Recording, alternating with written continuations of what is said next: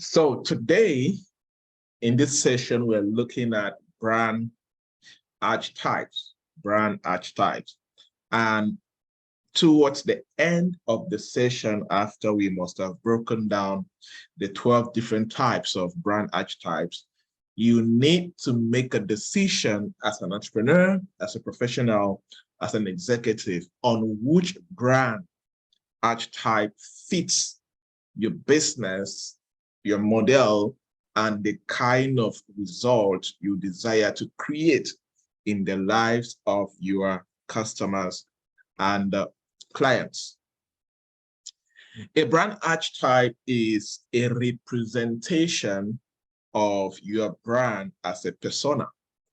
It is what represents, is a kind of structure or framework that creates the kind of perception that you want in the minds of your target customers. There is a way that every customer segment look at particular companies. There is a way that Apple customers look at Apple. There is a way that Samsung customers look at Samsung. There is a way that Netflix customers look at Netflix, and Amazon Prime customers look at Amazon, for example, right? Even different supermarkets, you see, because this kind of persona or perception is created by the type of brand archetype that the business represents. So as an entrepreneur, you should be able to have a brand archetype that represents your business, because you need this representation as far as your brand is concerned. The idea behind you creating your brand archetype is to build an emotional connection with your target audience. This is very important. And look at the word create. Brand archetype does not just happen, no, it is created. The way that football fans look at various football teams is as a result of the brand archetype that the team has created in the minds of their fans. Many people don't know that. Same for companies. If you look at the way Apple phone users or Apple product users, the way they talk about Apple products and the way they try to represent it and the kind of emotional connection that they have towards the product and the company, you will notice that it's not usual. It is created by the company. And you will see how these companies fall under the various archetypes and how you can also create your own archetype for your company or for your startup, right? Brands need to connect with their audience. Your business, your startup needs to connect with their target market or their audience in a deep and meaningful way. So you cannot create deep and meaningful connection out of guesswork. No, it is intentionally created, either through your branding elements, either through your branding messaging, either through your touch points. We'll be seeing all of that. But for any business to transcend and grow, you need to understand how to create a meaningful connection, deep connection with your customers in a way that it builds authenticity, loyalty, and trust. Because if your startup has not developed authenticity and loyalty and trust in the minds of your customers, something is wrong somewhere. Something is really wrong somewhere. So you need to be intentional about this. Without this intentionality to build this connection, that is deep and meaningful, you will not have what I like to call loyal fans, loyal customers. See, there are customers there and there are loyal customers. There are some people that if you don't have what they are looking for, they will sit and wait for you to get it before they can buy from you. But there are some customers that they will go look it from, they'll go get it from another shop or from another business and not wait for you to get it. The difference is the deep and the meaningful connection that they have with your brand or your startup. Branding is very important. And many people always confuse branding with branding tools or elements like logos and colors. Yes, they are important, but they are part of it. They're just a part of it. This is one of the core fundamentals in building a brand that will produce results. Therefore, we need to understand that archetypes represents the image we wish to project to the outside world. So as we'll be going through the 12 different archetypes, you need to look at yourself, which one fits your type of business. And you also need to ask yourself this question as an entrepreneur. What kind of image do you want to project to the outside world as far as your business is concerned, as far as you are concerned as an individual? Personally, I have my image. There are many things I intentionally do. And it builds a certain image. Over the years, I have projected a particular image to the outside world. Many people don't even know, they don't even pay attention to the kind of image that they are projecting to the outside world regarding their business, regarding their products, which is very dangerous. You don't end up building a good loyal following that can contribute to your sustainable success in career and in business. So the first archetype brand that we're looking at is what is called the outlaw personality. The outlaw is a rebel and don't like rules. So this means that you are building the kind of a brand that breaks the rules, is rebellious, is a rebel against norms and traditional ways of doing things.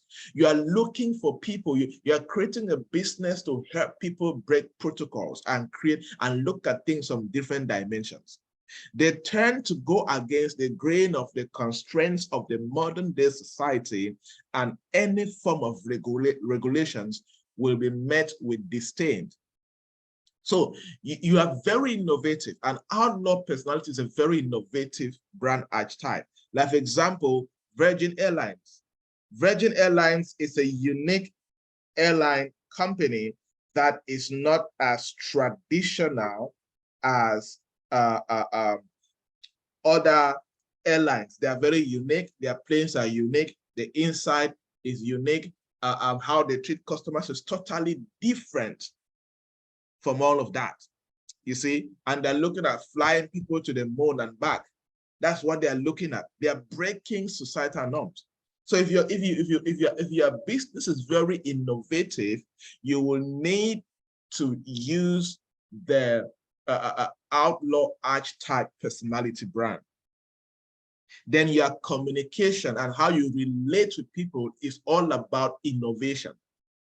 It's all about doing things out of the normal. You break the rules, you rebel against industry norms. Not that they're doing bad things, no, but you just bring higher standards. You set higher standards. You see, this could be your personality. Which kind of market makes up your target market? People who like to buy from brands like this are people who are non-conformists. They don't like to conform to existing models. They don't like to repeat things. They don't like routines. You like rule breakers. People who are rule breakers like to consume your kind of product. People like to live on the edge of the society, like to try new things. Even they are risky, like to try it. That's your audience. What do they desire? They desire liberation. They want freedom. They want to try new things. They want change. They're tired of their old lives. They're looking for something different. They want independence. So when you are analyzing your target market, you need to ask yourself, this target market that I am trying to satisfy with my product, are they non-conformist? Are they rule breakers? Do they like to live on the edge of the society? Are they looking for liberation, independence, change, innovation? If yes, then you need to represent the outlaw personality as far as the brand archetypes are concerned. You see, and it's also good to note that your brand, your brand can represent more than one archetype, but it must be intentional. Okay, the second archetype is called the magician personality. It means that your startup portrays this kind of personality. The magician is full of mystic and has the ability to take others on a transformational and magical journeys. They take pride in their vast knowledge and abilities, and though they will happily demonstrate their prowess, they are secretive about their processes, right? Like Coca-Cola, if you are somebody who reads a lot, you understand that nobody knows the formula to create Coca-Cola. That's why if you drink Coca-Cola in the US, it's the same taste in Cameroon, the same taste in Nigeria, the same taste everywhere. But there are other drinks, maybe like Malta, Guinness, where you drink in different areas that are different tests, right? But the story behind it is the secret that they produce Coca-Cola is one of the most guarded secrets on earth by that family. So they fall under the magician personality archetype. So, and it's part of their brand. There are some people who just drink Coke because they feel that they just like that story behind it. They just like to consume Coke. They just like the brand because of that story. You understand? So maybe you're doing something similar. The things that do, you want to create some mystic stuff. You want to create some secret stuff, some magician kind of personality. Good. Then you can communicate in that way. It's the same, like another institution you can compare is like the presidential guard, like we call it in Cameroon presidential guard. In the US they call it the Secret Service. In London I think they call it the MI6 or whatever. You know, they have some secrets on what they do to protect the most powerful man on earth or to protect various presidents that nobody knows. You don't know, except you are inside, you have no idea the things that they have put in place to protect the president. You see? So that is what it's called. That's a brand that rotates around the magician personality. You create some secrecy. You create some mystic stuff, and you are able to carry people through a transformational journey, right? So the kind of target market that a company that functions under this brand, they look for is your target market. You're looking for a unique target market. You're looking for people who are looking for transformation. You're looking for early adopters. You're looking for believers. People just believe in stuff, right? And people like this, what do they desire? They're looking at vision. They're looking at transformation. They're looking at knowledge. They're looking at experiencing new things and all of that. So if you're creating something that you think that is not very popular and you want to add some stuffs into it to create a different kind of attention, you can create something and add some secrecy to it. When you're communicating in your marketing message, you make sure you mention that in, like, I once had the opportunity to enter the Coca-Cola World headquarters in Atlanta, Georgia. And we watched a movie and they created this nice movie and they mentioned a statement like in 100 years, nobody has ever discovered the Coca-Cola formula. There was something like that at the end of the movie. People were excited. People just love that mystical part of the brand, right? And people love Coke for that particular reason. You see? So you can also do that for yourself, and you can add, maybe it's part of your message at the end. Okay, see, to create this, to have this kind of experience, Only 2 people in our startup are open to know the secret that we embody as far as creating this experience is concerned. Number 3, the hero personality. This is very important that you can use.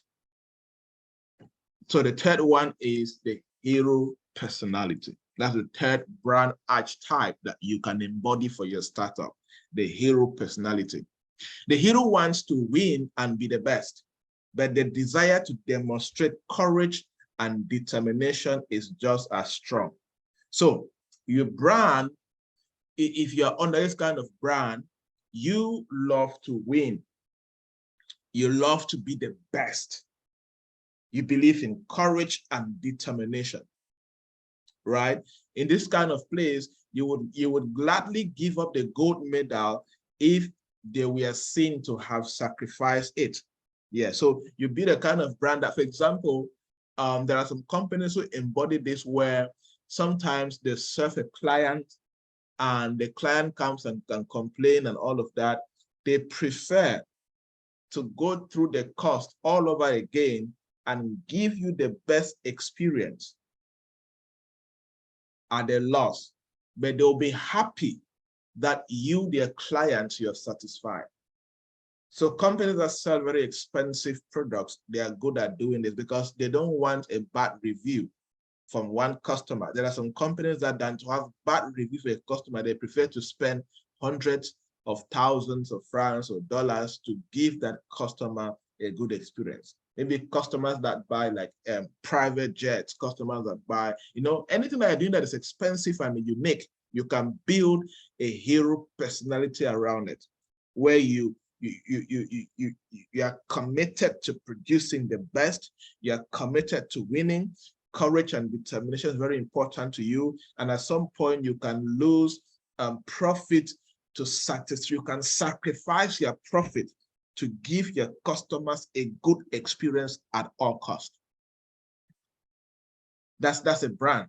That customer will carry that kind of perception about you, you see, and they can communicate that perception to other people, right? To them, it is not the medal, it is not the profit that matters. It is to be recognized as the best. This will be your own brand. You want to be recognized as the best, right? Example is Adidas, that produce a lot of sport equipment and sport wears for football teams and athletes across the world. Yes, they want to be recognized as the best in that industry, and they portray courage and determination as one of their strong core values, right? Audience, if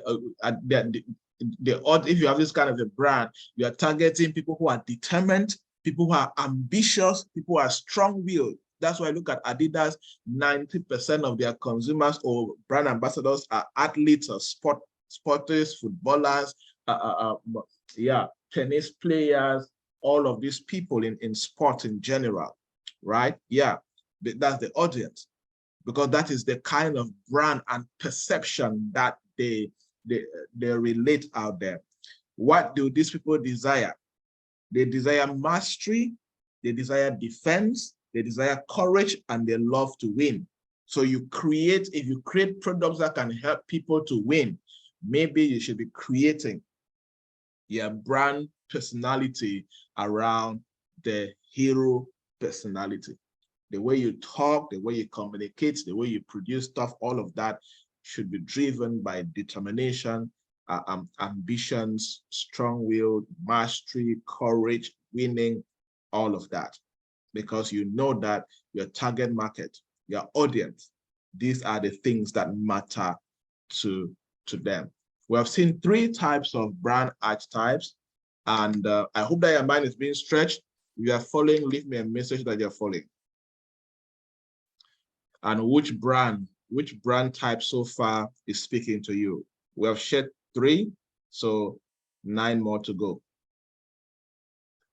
Out of the 3 brands so far, brand type that we have shared so far, which one is speaking to you? Which one are you seeing that you are trying to fall under? You must not be 100% in one. Remember, you can combine 2. We get, again, as I said, after this, I have my own brand type. All of my businesses fall under different brand types, and we communicate that way, and it helps us a lot. And I've worked with different clients to fall under different brand types, and they have seen better results in their sales and how they grow their following better than just being empty-handed or without any structure or intentionality. Yes, okay. The outlaw personality, good, good. Okay, two people have followed the outlaw personality. That's interesting. Hello, sir. Please, I didn't, network kick me out. Please, can I get the question? I'm just asking, out of the 3 brand archetypes that I have shared so far, which one do you resonate with? I resonate with the outlaw personality. Okay.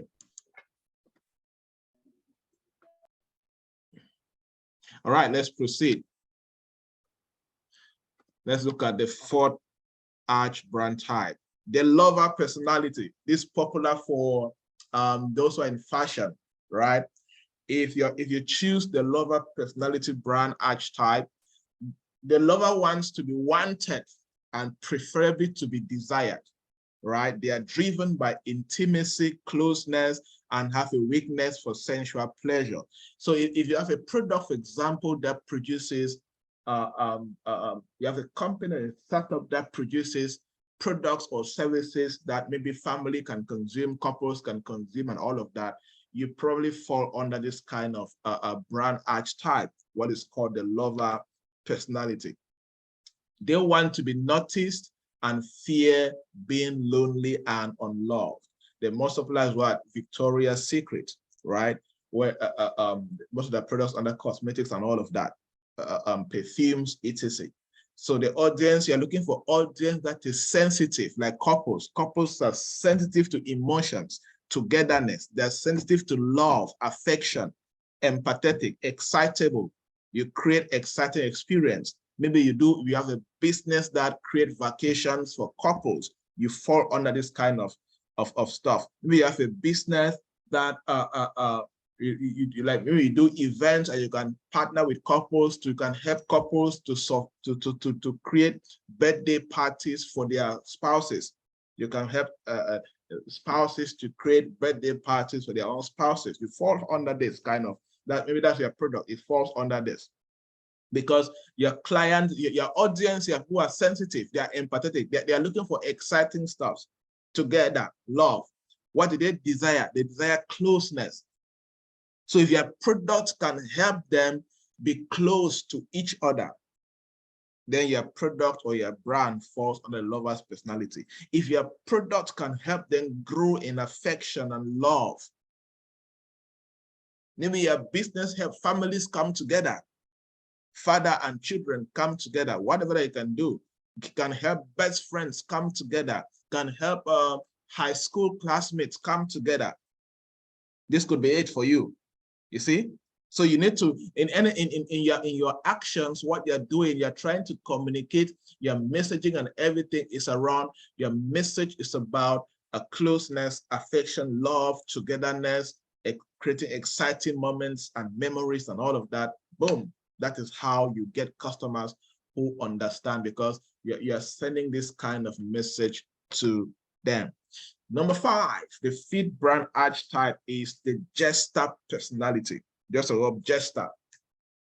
The jester is a fun-loving entertainer with a big heart. If you're in the entertainment industry or part of your brand, create entertainment. Let's say, for example, you may run a restaurant and it's not fully entertainment, but you want to create part of your brand to be full of fun, where you bring in the comedians or live orchestras to play at their restaurant, for example. You see, you can merge this whatever brand you have developed with the jester personality brand. As much as they love having fun themselves, which they display in their behaviors, they are driven by a desire to make other people happy through laughter and entertainment, right? Maybe you desire to make other people happy through laughter, entertainment, sport, whatever that you want to do. They are young at heart. right? Yeah, they're young at heart and remain a child at heart throughout their lives. Your audience, your audience is probably fun-loving people, light-hearted people, or playful people, young people, kids, teenagers, maybe young lovers, maybe people who are stressed at work and are looking for where they can have fun and play. You see, so you create your messaging, you create your marketing, you create your products you are looking for this kind of people. If you're looking for fun, come to my business. You're looking where you can, your heart is heavy, you want to be light, come to my business. You're looking where you can play and have fun, matured fun, come to my business. You see, desires, what do people desire? Your target market, they desire fun, they desire happiness, they desire enjoyment, they desire positivity. Boom. And then you have a market there. See, there are many startups and businesses that struggle to build a growing customer base because they don't know how to represent a particular feeling. And see, perception is very powerful in business. Whether you're a big company, medium-sized, small company, startup, the kind of perception that you create can play a very big role in how people buy from you. Okay, let's look at the seat archetype. It's called the everyman personality. Most people fall here, even ignorantly, not intentionally, ignorantly. The everyman personality. The everyman brand archetype is mostly for normal people, normal average people. Maybe you can say middle class, right?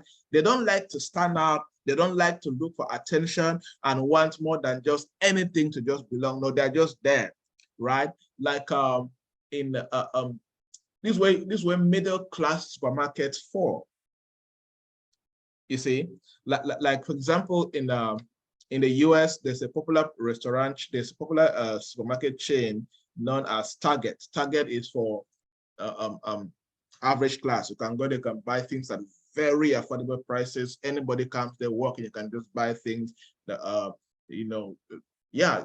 normal people. Like for example, in Cameroon, like Santa Lucia falls here. It's a middle class supermarket. It's not for the high and ups people, all of that. It's just for every normal man. You don't look at, you don't want to stand out. You're just there, right? Average supermarket. Audience, yeah. Here, your audience, you're welcoming people. People just want to be welcome, empathetic, inclusive. Yes, inclusive. For example, helpful. You just want to help customers that come your way. You are not creating any special experience, right? These people, the people that buy from you, are people who they desire connection, they desire equality. You see, they desire inclusion. They don't want price. So you don't want price to exclude them from buying from you. They want togetherness, right? So this is what is called the everyman brand archetype. And many startups can actually start from this level. Many startups start. So although many start unconsciously, but you can intentionally start here. Then as you grow, as weeks and months go by, you can start tilting your brand to a whole new brand archetype. Like for example, this is basically where I started, right? Then as I was growing as a brand, because you can start as an everyman brand, but then the brand is going stronger and stronger, then you can start tilting towards the perfect brand representation that you are looking for. Okay, number 7, the caregiver personality. The caregiver personality. This brand type is very exciting, and one thing I love about this brand type that it can easily be communicated. The caregiver is a warm personality who lives with a vocation to help those in need of help, right? They are selfless people and would happily give up, and often do that, other benefits of life to give service to others, right? This could be part of your brand. But this kind of brand reflects a lot NGOs, hospitals, even some schools, and all of that, international agencies like United Nations, UNICEF, WFO World Food Program, yeah, they fall here. Who are your audience here? If you represent the caregiver personality, your audience are people who are vulnerable, people who are insecure, maybe like the ring from crisis and wars and all of that. People who are exposed, maybe young girls exposed to trafficking and prostitution. People who are at risk. This is who you're targeting, right? So you're a caregiver personality. You desire what do they desire? What do the people in your target market, what do they desire? They're looking for support. They're looking for kindness. They're looking for contribution. They're looking for selflessness. They're looking for humanitarian assistance, all of that, you see? Then you can now create your message or whatever into that particular direction. It must not just be, like, for example, let's say you're a marriage counselor, right? You can be, your brand can, part of your brand can be around here, around caregiver personality, where you're creating, you can create content and books and videos to provide support and contribution and selflessness to women who are going through marital challenges or men going through marital challenges. They're going to pay you, but you need to represent yourself as somebody who understands that they are vulnerable. You need to present yourself as somebody who understands that they need support, they need all the kindness, they need all the advice so that they can grow out of that situation. Maybe you're providing paid coaching services to people who are feeling like giving up, depressed people, you see, or people with mental health issues, all of that, right? You can build a brand around the caregiver brand archetype or personality. Okay. Well, we're going to the 8th brand archetype. Has somebody added another brand archetype? Who has seen another one that reflects you or reflects what they're trying to build? I would like to add, comment in the chat box. Leave me a comment. Have you seen another brand personality that you think that you can add to your startup to attract more people? Because, you know, the quality of your marketing message is determined by how much you know that the people you're targeting need, or the kind of brand perception you want them to perceive as far as your startup or business is concerned. Good. Somebody is adding the lover personality. Good. Someone is adding the everyman personality. Excellent. Excellent. Yes. And this is why when you understand this, I can guarantee you that your marketing message will be different. Even your marketing strategy will be more powerful and even more sustainable, and create the impact and generate the leads that you're looking for. Good. Let's proceed. Number 8, the ruler personality. The ruler personality. The ruler has a strong desire for power and control.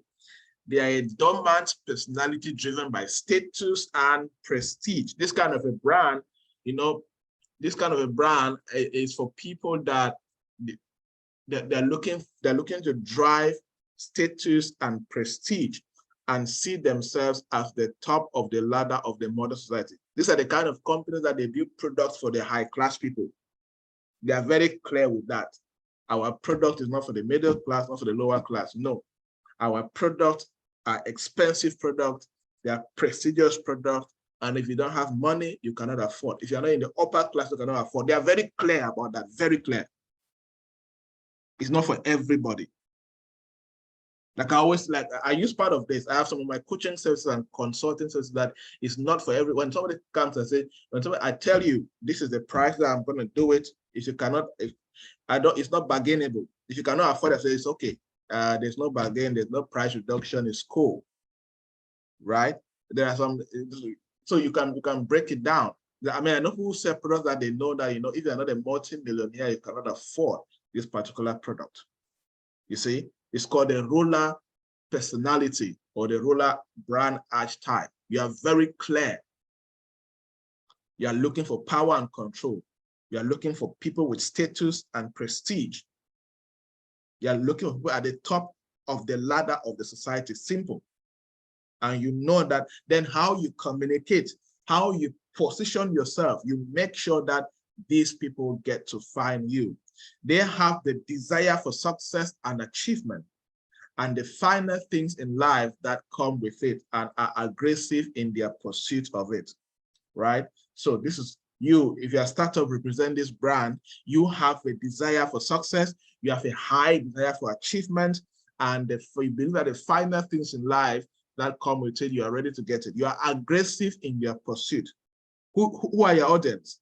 Your audience are high achievers, high achieving businessmen, high achieving celebrities, successful and ambitious people. That's who you're targeting, right? Desires.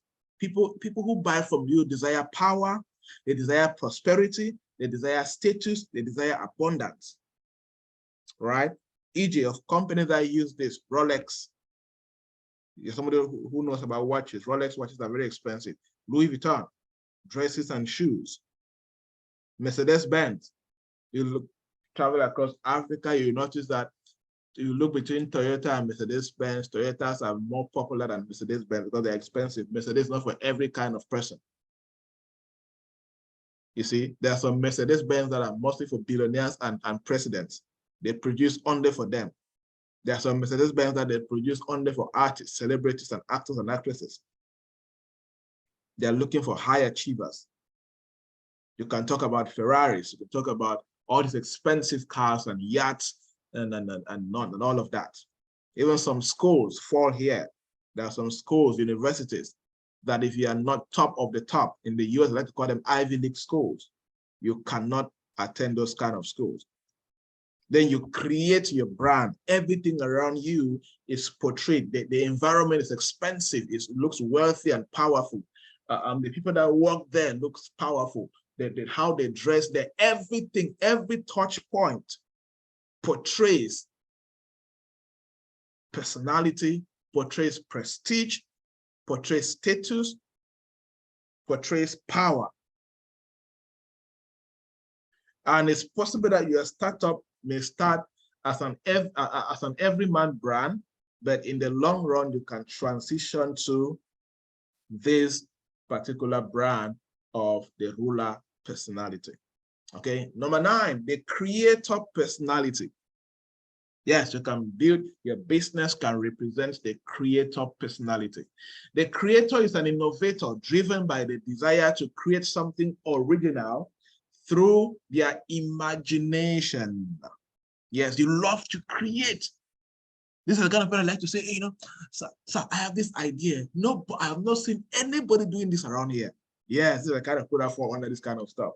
I always hear this from a lot of entrepreneurs and startups. They say, sir, I have this idea that I think I'm working on it. Nobody, I have not seen anybody working on this idea. They are very excited about what they have created, right? Yeah, they love originality. They love to create their imaginations and all of that. Yes. So you can build a brand around this kind of stuff that you're a creator, you're original, you're unique, you stand out, you go through the process of creating something that customers will see for the first time and enjoy it, right? If you are here, you are highly self-critical, often to the point of insecurity. You are very critical about what you're creating. You want to make sure that it's second to none in the market. You want to make sure that it is the best there is. It's the best the customer will ever see. Yes, that's your mentality. So you can be so critical that it can become a disadvantage. You now become insecure. Right? Good. Yeah. So you have this kind of personality, the creator personality. Creators are of the belief that if it can be imagined, it can be created. Yes, if you are here like that, then you're a creator. You believe that whatever you imagine in your mind, it can be created through your effort, right? But the challenge is it can be sabotaged by your desire for perfection. Startup entrepreneurs are not perfect people. They create, they launch, they set, they correct in the process as their marketing, and that's why lean startup, agile startup is very important.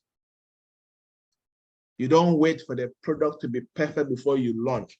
If you can get the minimum viable product, you test it, there's market acceptance, launch it.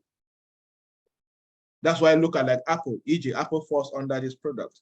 Every year, Apple launches a new version of Apple phones and MacBooks and all of that. What if Apple was waiting for the year they create the perfect iPhone? They have never created. Every year they launch a different version of the Apple phone. Same for Samsung. The audience that you are targeting, creators target audience who like creativity, audience who like innovation, audience who are proud and resourceful. That's why we say that every Apple user is a very proud person, right? They will behave as if they're the only people who go to heaven. Some people always say, right? They're proud of their product. There are a lot of people who are proud to have something that only you have. Like people who buy also expensive cars, the Rolls Royce and the Ferraris and all of that, and some private jets. Yes, they prefer originality and uniqueness. They prefer to go to the creators and get it from them. So that some people just like that they are announced that across the world, under 10 people have this type of car, and they're among the 10 people, and it's limited to that 10. That's why if you notice, many of these car companies, when they create an original car, new car, expensive, new ways with new additions, they always announce that, okay, we have this new car that we are launching, we are producing under 100 pieces, and they will never be done again. I'm sure you've heard of ideas, you've heard of announcements like that. I've heard it several times. All these car companies have done that. They'll create a new car and announce that under 20 pieces will be produced at the price of this. And people have to pre-book and pay or advance before they start producing. After the 20, it is never done again. So the value is preserved, the prestige around that particular car is preserved. Only 10 people have it, and that alone, they like it. So creators, companies who embody the creators' brand archetype use a lot of those strategies. Maybe you can also do that if you want to do it. The desires of people in this of your target market is originality, vision, imagination, and invention. Yes. You are targeting people that desire originality, desire to have something that only them have. They desire originality, imagination, they love invention, right?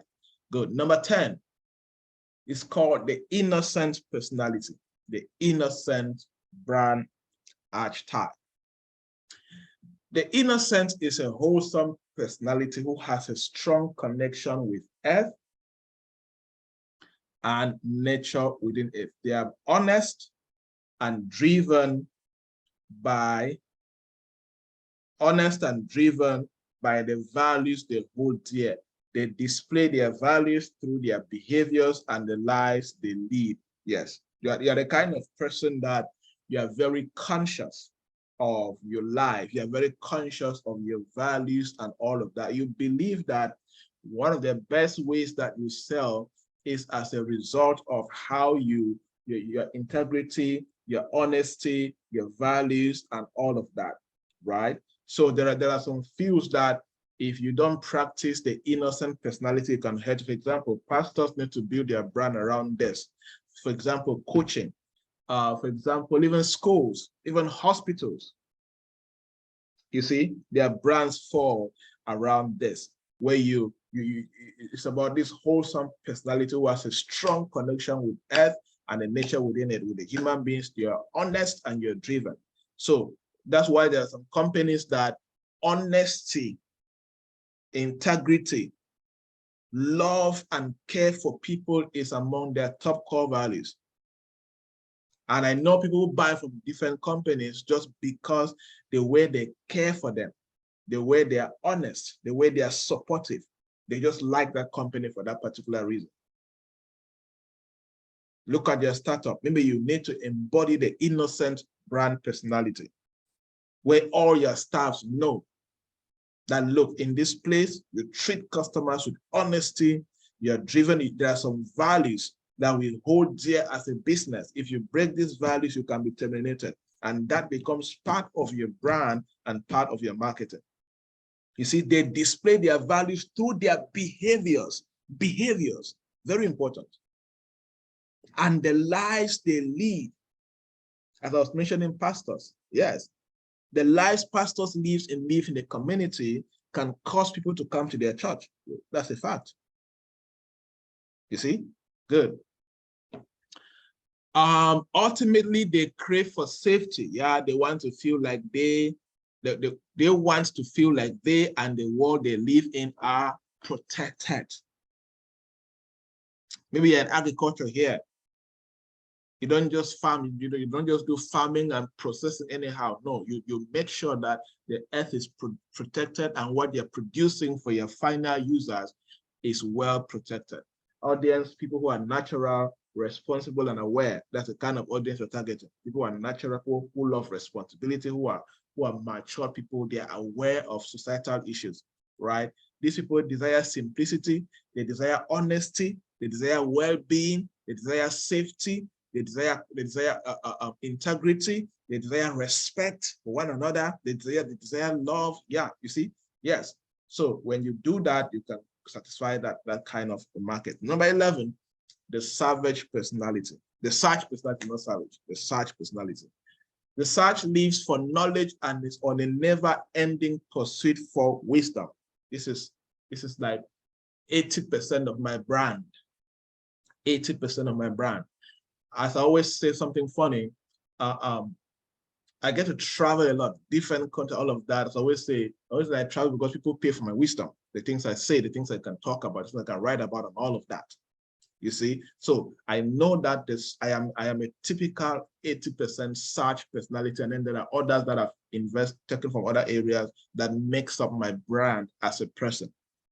You see, but the sage lives for knowledge and is on a never-ending pursuit of wisdom. I love to create new strategies, new products, and new stuff. I love to read the latest things announced by other professors and doctors in other fields and business and all of that. Always pursuing that, always trying to know how human thinks, how they produce, how they can perform better, all of that. Always, you see, so they are lifelong learners and wants to understand the world as much as it is, as deeply as possible. You see, so since I'm my business in coaching, consulting, and trading and speaking, this is very important for me. This is my brand personality, the sage personality. Their drive comes not from the knowledge itself, but their capability to pass that knowledge on to others. You see, yes. Not only getting knowledge for myself, but I know that a core part of my model is in passing the knowledge on to others so they can become more enlightened. Examples I was saying already, universities falls under here, Google fall under here, speakers, consultants, teachers, professors, they fall under here. Audience, the people are analytical, accurate, intelligent. What are our desires? We love wisdom. We love to seek for answers. We love to build expertise. We love to build influence with our knowledge. You see, maybe your startup, you need to embody part. For example, a hospital, you would need part of this because of somebody to come to your hospital, need to believe that you have the expertise to solve their problem, right? So some people could have 10% of this, 15%, 20%, 50%. It depends on who you are. This now affects how you communicate as a business. The last brand archetype is the explorer personality. The explorer personality, much like the innocent, has a love for nature, but rather than having an affinity for purity, they desire more than anything to immerse themselves in nature and outdoors. They like to explore, just from the name. Do you have is it a brand that can push people to explore? You push people to try new things. You see, then you fall under the explorer mentality. An explorer is happiest when they escape the metropolitan hustle and bustle for the tranquility of natural landscape and the elements. So you can move from your from your comfort zone to try new stuff. You can be outdoor. You see, Jeep is a car. When you look at the way Jeep is being advertised, they like to advertise the Jeep model of car in forest, in mountains, in difficult roads. They are targeting people who like to explore mountains, people like to explore valleys, people like to explore the outskirts of the cities. They target them. Want to drive to those areas, buy a Jeep and use it. Right? Audience, people desire outdoor stuff. Right? I think there's somebody here who is into event planning. Part of this is you. What can you do? You can create even events to help people to explore stuff. People are looking for, they want to be thrilled with different things. Like maybe you can organize a weekend where people go and explore the culture of another village or another ethnic group. That's explorer personality. Nature lovers, active. People who can buy from you, they desire adventure, they desire exploration, they desire to discover new things, and they're looking for liberation. Okay, so this is what the explorer brand personality is. So which brand archetype suits you and why? Which brand archetype suits you and why? We're going to talk about that.